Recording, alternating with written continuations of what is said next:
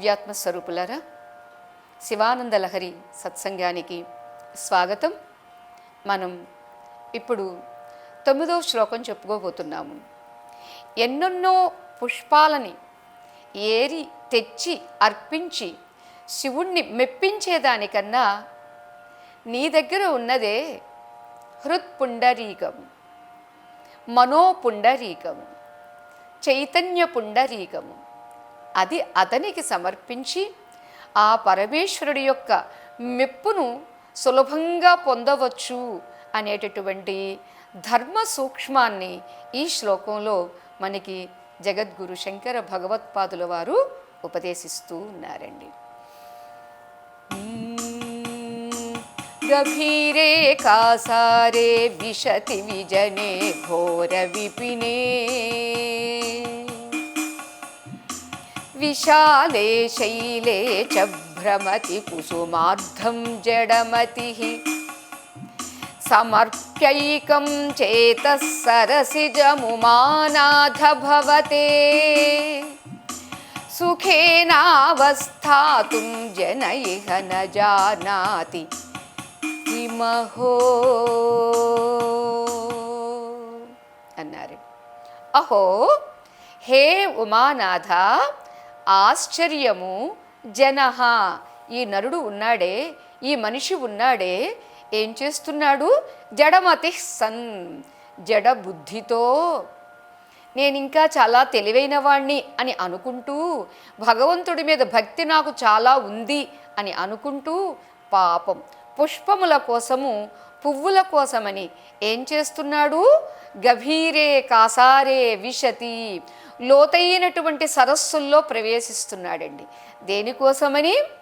అరే కమలాలు తెద్దాము, పద్మాలు తెద్దాము అనే ఉద్దేశంతో లోతైనటువంటి సరస్సుల్లోకి ప్రవేశిస్తున్నాడు. అంతేకాదు విజనే ఘోర విపినే, జనరహితం, జనులు లేరక్కడ, ఒక భయంకరమైనటువంటి అరణ్యంలో కూడా వెళుతూ ఉన్నాడు. మారేడు దళాలు తెద్దామా, ఇంకా ఏమైనా పుష్పములు తెద్దామా, శివలింగ పుష్పాలు తెద్దామా అని అక్కడికి కూడా వెళుతున్నాడు. అంతేనా, విశాలే శైలే చ భ్రమతి, సువిశాలమైనటువంటి పర్వత సానువులయందు కూడా తిరుగుతున్నాడు. కానీ ఎంత శ్రమ పడుతున్నాడే తప్ప తనకి అత్యంత సామీప్యంలో ఉన్నటువంటి మనస్సు అనేటటువంటి పద్మము, చేతః అనే శబ్దానికి మనస్సు అని వస్తుంది, చేతః చిత్తము అని వస్తుంది, చేతః హృదయము అని కూడా వస్తుందండి. అంచేత ఇక్కడ చేతస్సరసిజం అంటున్నారు. మనస్సు లేదా చైతన్యము, చిత్తము అనేటటువంటి పద్మాన్ని సమర్పించి ఇహ ఈ లోకంలో హాయిగా ఉండడానికి పోయి, సుఖంగా ఉండడానికి, సుఖేనావస్థాతు సుఖంగా ఉండడానికి, ఎందుకనో వీడికి కిం న జానాతి, ఎందుకో వీడికి తెలియటం లేదు. అహో ఏమి ఆశ్చర్యము అన్నారండి. చూడండి, అంటే ఈ విషయాన్ని కూడా ఆలోచన చేసి, అరే భక్తి భక్తి భక్తి అంటే ఏవో కొన్ని పత్రాలు పట్టుకుపోవడము, ఆయన ఇచ్చినటువంటి పుష్పాలే కొన్ని పట్టుకుపోవడము, ఆ పుష్పాల కోసం ఎక్కడెక్కడో ఏది కాసారాలు, అలాగే కోనేరులు, చెరువుల్లో దిగడము, లేదా కొండ ప్రాంతాలకు వెళ్ళడము, ఏ ఆపదల్ని కొని తెచ్చుకోవడము. మరలా అప్పుడు ఏమనుకుంటాడండి, దేవుడు కోసమని పువ్వుల కోసమని దిగితే నన్నేదో కుట్టిందండి, నన్నేదో కరిచిందండి, లేదా అడవిలోకి మారేడు దళాల కోసమనో లేక శివలింగ పుష్పాల కోసమనో వెళితే నన్నేదో కాటేసిందండి అని ఇలా చెబుతూ ఉంటాడు. ఎంత అజ్ఞానము, ఎంత జడమతి! భగవంతుడు బాహ్యమైనటువంటి వస్తువులతో, బాహ్యమైనటువంటి పుష్పములతోనో పత్రములతోనో తోయముతోనో సంతృప్తి పడేటటువంటి వాడు కాదు. ఏం చెప్పుకున్నామండి మనం? మనోపత్రం, హృదయ పుష్పం, కర్మఫలం, కంటితోయం. ఇలా వీటిని సమర్పిస్తే స్వామి చాలా సంతోషంగా స్వీకరిస్తాడటండి. అమ్మవారి విషయంలో కూడా అంతే కదండి. అంతర్ముఖ సమారాధ్య బహిర్ముఖ సుదుర్లభ. అంచేత నీవు బాహ్యంగా 1,00,000 కుంకుమార్చన చెయ్యి, 1,00,000 కుంకుమార్చన చెయ్యి, కోటి బిల్వార్చన చెయ్యి. ఆహాహా, ఆ బిల్వాలతో నీ మనస్సు అనేటటువంటి త్రిగుణాత్మికమైనటువంటి త్రిదళమైనటువంటి మారేడు దళం వెళుతుందా, అది చూడాలి, అది కావాలి స్వామికి. అంచేత ఇక్కడ ఆచార్యస్వామి వారు అరెదే ఎక్కడెక్కడికో తిరుగుతూ ఉంటాడు ఈ జడుడైనటువంటి మూఢుడైనటువంటి ఇతడు, కానీ తనయందే తనకు చాలా దగ్గరలో చాలా అందుబాటులో ఉన్నటువంటి చేత సరసిజ అన్నారండి. చిత్తము అనేటటువంటి ఆ పద్మాన్ని సమర్పించడానికి ఎందుకు ప్రయత్నం చెయ్యడు అని అంటూ బుద్ధి సూక్ష్మతతో కూడినటువంటి ఎరుక భగవానుడు భక్తుడికి అనుగ్రహిస్తాడండి. భగవంతుడు మనకి ఎరుకను ప్రసాదించినప్పటికీ ఆ ఎరుక మరి ఏమో అనుకుంటామండి. ఆ ఎరుక బాహ్య విషయాలు ఎందే పెడతామే తప్ప ఆంతరిక విషయమునందు మనం పెట్టడానికి ప్రయత్నం చెయ్యమండి. అదిగో అది అనుగ్రహించనంతవరకు, అంటే అటు అంతర్ముఖంగా తిరగనంత వరకు ఎవడండి వాడు? మహాభక్తుడే కావచ్చు, జడుడే అని ఆచార్యస్వామి వారు చెబుతున్నారు సుమా, మేం కాదు. అంటే పశువే అన్నారండి. పశ్వాదిభిశ్చ అవిశేషాత్ అని అధ్యాస భాష్యంలో చెప్పారనుకున్నాం కదా. అంచేత అజ్ఞానాన్ని పోగొట్టి సత్యజ్ఞానము, శివజ్ఞానము, దివ్యజ్ఞానము అనేటటువంటి ఆనందాన్ని ప్రసాదించేటటువంటి వాడు శివుడు మాత్రమే అనేటటువంటి ఈ విషయాన్ని ఉమాపతి అనేటటువంటి సంబోధనలో తెలియచేస్తుందండి. ఉ మా 2 అక్షరములు. ఈ 2 అక్షరములు ఏమిటి అంటే, అమ్మ తను పార్వతీదేవి పరమేశ్వరుణ్ణే పతిగా పొందాలి అని తపస్సు చేసుకోవడానికి వెళుతూ ఉంటే తల్లి మేనాదేవి ఓ అంటే ఊ అని వచ్చిందండి. మా వద్దు, పోవద్దు, తపస్సుకు పోవద్దు, నీవెంతటి సుకుమారివి, ఎందుకంత తపస్సుకు వెళ్ళడం, వద్దు అమ్మా వద్దమ్మా అని ఊమా ఊమా అని పిలిస్తే ఆ పిలిచినటువంటి పిలుపు అది సార్థకమైపోయిందండి. ఉమాగా ఆమెకు సార్థకమైనటువంటి పేరు అయ్యింది. ఉమేతి మాత్ర తపసే నిషిద్ధ పశ్చాదుమాభ్యాం సుదతీ జగామ అనేటటువంటి ఆ బోధన బట్టి చూస్తే ఉమా ఇది మాత్ర, ఆ ఉమా తపస్సుకు వద్దు వద్దు అంటే కూడా తపస్సును చేసింది. ఇంత తపస్సు చేసినటువంటి ఆ తల్లి కూడా లేదు లేదు, నేను ఇంతటి ఘోరమైన తపస్సు చేసినప్పటికీ కూడా నా అంతఃకరణను, అంతేకాదు నా ఈ చైతన్య కుసుమమును, హృదయ పుష్పము అనుకున్నాం కదా, చైతన్య కుసుమారాధ్య చైతన్య కుసుమ ప్రియ, అదిగో అటువంటి ఆ చైతన్య పుష్పాన్ని పరమేశ్వరుడికి సమర్పిస్తాను అని పార్వతీదేవి సమర్పించిందట. అప్పుడే ఆయన ప్రీతిపాత్రుడయ్యాడట, ఇది పరమేశ్వరుడు. అంచేత ఆ భావనతో ఇక్కడ గుర్తు చేసుకుంటూ ఉమాపతి అని సంబోధన చేశారండి. అంతేకాదు జడభావంతో అన్య దేవతల్ని ఆరాధించేటటువంటి వాళ్ళు ఎవరైనప్పటికీ కూడా అటువంటి వాళ్ళకి కూడా పశుపతిగా జ్ఞానోపదేశము, శిక్షణను ఇచ్చి ఉన్నటువంటి అధ్యాసను, ఆ దేహ తాదాత్మ్యత, బుద్ధి తాదాత్మ్యత, అన్ని తాదాత్మ్యతలను తొలగిస్తాడు అని మనం పూర్వశ్లోకంలో చెప్పుకున్నాం. అందుకని ఇక్కడ ఉమానాథ అని సంబోధించారు ఆచార్యస్వామి. జనః అంటే జనన స్వభావం కలిగినటువంటి వాడు, జనీ ప్రాదుర్భావే అని జనధాతువుకి పుట్టుట అని అర్థం. అంచేత ఇక్కడ జడమతి అనే పదానికి విశేషణము ఏమిటంటే, జడమతిగా పుట్టినటువంటి వాడు శివజ్ఞానంతో జడత్వం పోయి సుమతిగా అతడు మరలా మార్చబడతాడు, తిరిగి జన్మిస్తాడు అని ఇక్కడ మనకి ఉమాపతి అని పిలుస్తున్నారండి.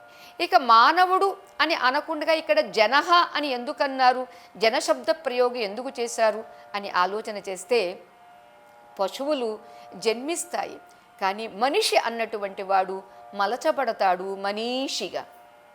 ఇన్ని శాస్త్రాలు ఎవరికండి? పశువులకు పాఠశాలలు లేవే, జంతువులకు ఎక్కడా శిక్షణశాలలు లేవే, మనిషికి మాత్రమే ఉన్నవి. ఎందుకని మలచబడతాడు, మనీషిగా ఎదగగలుగుతాడు.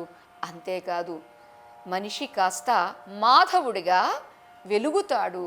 అందుకని అంచేత ఇక్కడ జడము అంటే చైతన్యము లేనటువంటిది.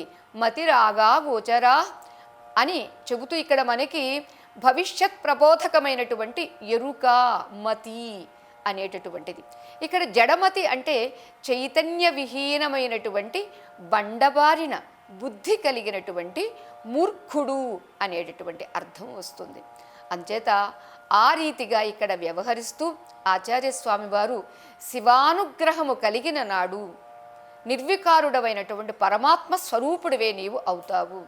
జడమైనటువంటి స్థిర బుద్ధిని అంటే శివజ్ఞానం పొందడం ద్వారా ఆ జడత్వాన్ని నీవు కోల్పోతావు అనే సూచనతో, లేదా ఆశీస్సు అనేటటువంటి కావ్య భాషలో పశుప్రాయులమైనటువంటి మనందరినీ అనుగ్రహిస్తున్నారు ఆచార్యస్వామి వారు. ఇక్కడ కుసుమార్థం అని అన్నారు కదా, సుమము అంటే కుసుమము శబ్దాన్ని ప్రయోగించారు శంకరులు.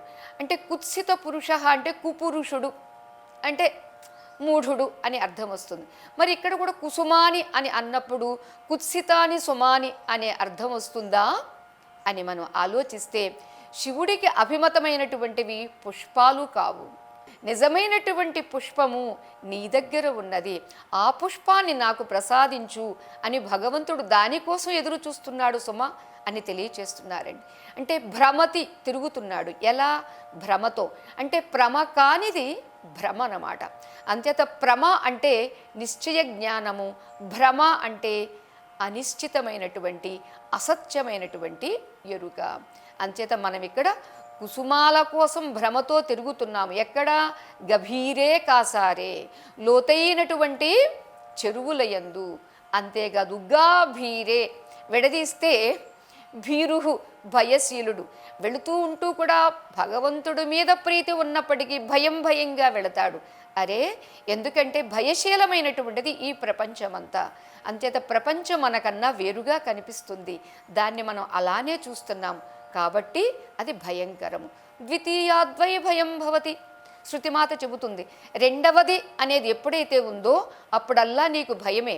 ఇద్దరు మనుషులు ఉన్నారనుకోండి, ఏమో ఏం మాట అంటాడో, నాకు ఏ రకంగా నొప్పి కలిగిస్తాడు, ఏమనుకుంటాడో, అలా ఇద్దరు మనుషులు ఉన్నప్పటికీ కూడా ఇలానే ఉంటే ఇక ఇతర ప్రాణులు ఉన్నవి అని అనుకున్నప్పుడు ఏమో మనకు ఏ ప్రాణి అపకారం చేస్తుందో అనేటటువంటి భయంలో తిరుగుతూ ఉంటాడు.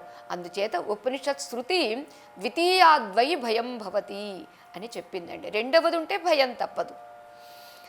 అది ఏమిటి? కాసారం కింసారం అస్మిన్నితి కాసార, అందు సారం ఏమున్నది? కాసారే అని అన్నారు కదా. అంచేత ఇక్కడ చెబుతున్నారు కాసార అనేదానికి సమాధానము అసారే ఖలు సంసారే సారమేతచ్చతుష్టయం అన్నారండి.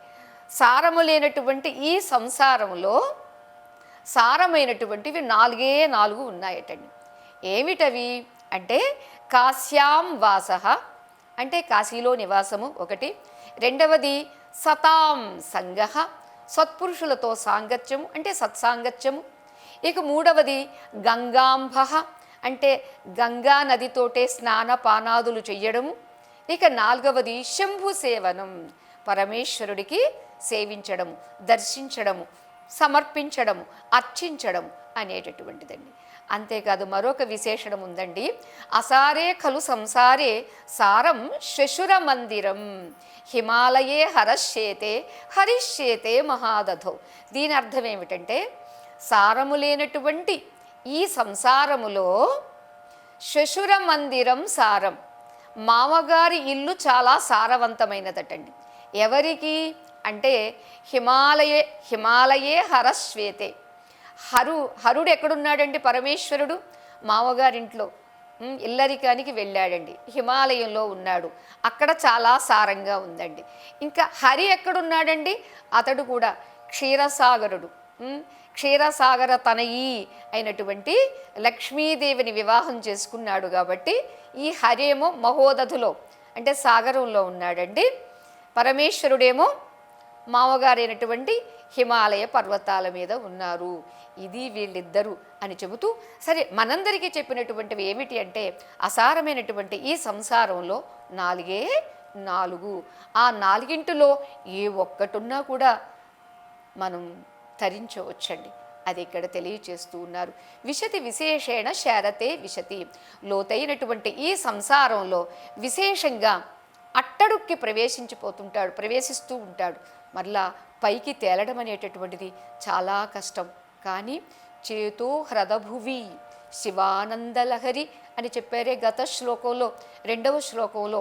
అంటే ఆ కాసార సంసారంలో ఉన్నా పర్వాలేదు, కానీ భగవంతుని యొక్క చరిత్రను ధ్యానిస్తూ కీర్తిస్తూ దర్శిస్తూ ఉంటే అతడు తరించిపోతాడు అని చెప్పడం ఒకటండి. విజనే ఘోర విపినే అన్నారే, అంటే జనరహితమైనటువంటి ఈ జనరహితముని ఎందుకన్నారంటే ఈ లోకంలో ఎందరున్నా రక్షించేవారు ఏరండి? అసలు ఆత్మీయులు అనేటటువంటి వారు ఎవరండి? ఏ ఆత్మీయత అయినా అంతా నాటకము బూటకమే తప్ప నిజమైన ఆత్మీయత ఎవరికి ఉంటుందండి? ఒక్క భగవంతుడికి తప్ప.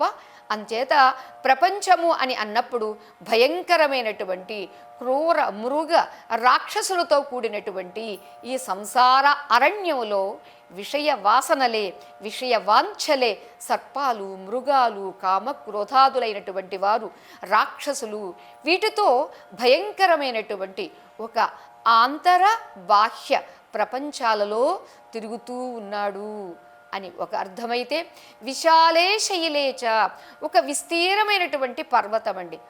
ఏమిటా పర్వతము? జననము, జన్మ నుండి సంస్కారాల రూపంలో అవిద్యామోహములు అనేటటువంటివి కరడుగట్టి నల్లని ఆ పర్వత ప్రాంతాలలో చుట్టూ పుష్పాల కోసం తిరుగుతూ ఉంటాడు. ఏమిటిది అంటే ఎరుక లేని మూఢ మానవుడు తిరుగుతూ ఉంటాడు. ఎరుక కలిగినటువంటి వాడు, వివేకం కలిగినటువంటి వాడు ఏం చేస్తాడు? నిజమైన పుష్పాన్ని సమర్పిస్తాడు. ఆ నిజమైన పుష్పాలు 8 రకాలుగా కూడా మనకి చెబుతున్నారండి. ఏమిటవి? అహింసా ప్రథమం పుష్పం. మొట్టమొదటిది అహింస. వాక్కుతో కానీ మనస్సుతో కానీ శారీరకంగా కానీ హింసించకుండా ఉండడం అనేటటువంటిది అహింస. ఇక రెండవది ఇంద్రియ నిగ్రహం.